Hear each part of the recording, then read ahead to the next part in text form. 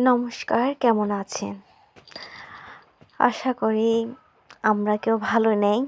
পরিবারের জন্য কষ্ট হচ্ছে, আমাদের চট্টগ্রামবাসীর জন্য কষ্ট হচ্ছে।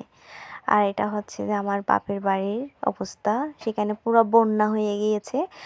ঘরের মধ্যেও পানি ঢুকে গেছে।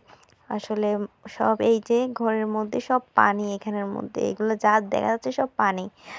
আর এখানের মধ্যে এখনো পর্যন্ত রান্না-বান্নার কোনো কিছু করতে পারতেছে না। আর মাটির চুলা ছিল ওটাও ভেঙে গেছে। উঠোন ভরা মানে পানি একদম বলতে গেলে মানে অনেকগুলো পানি। গত বছরও সেম দিনে আর মাটির ঘরটা ভেঙে গিয়েছিল আমাদের। আর এবছর এখানে বেড়ার ঘরটাতে এসে সেখানেও একই অবস্থা মানে পানি উঠে গেছে। আসলে শান্তি কোনো জায়গায় নাই।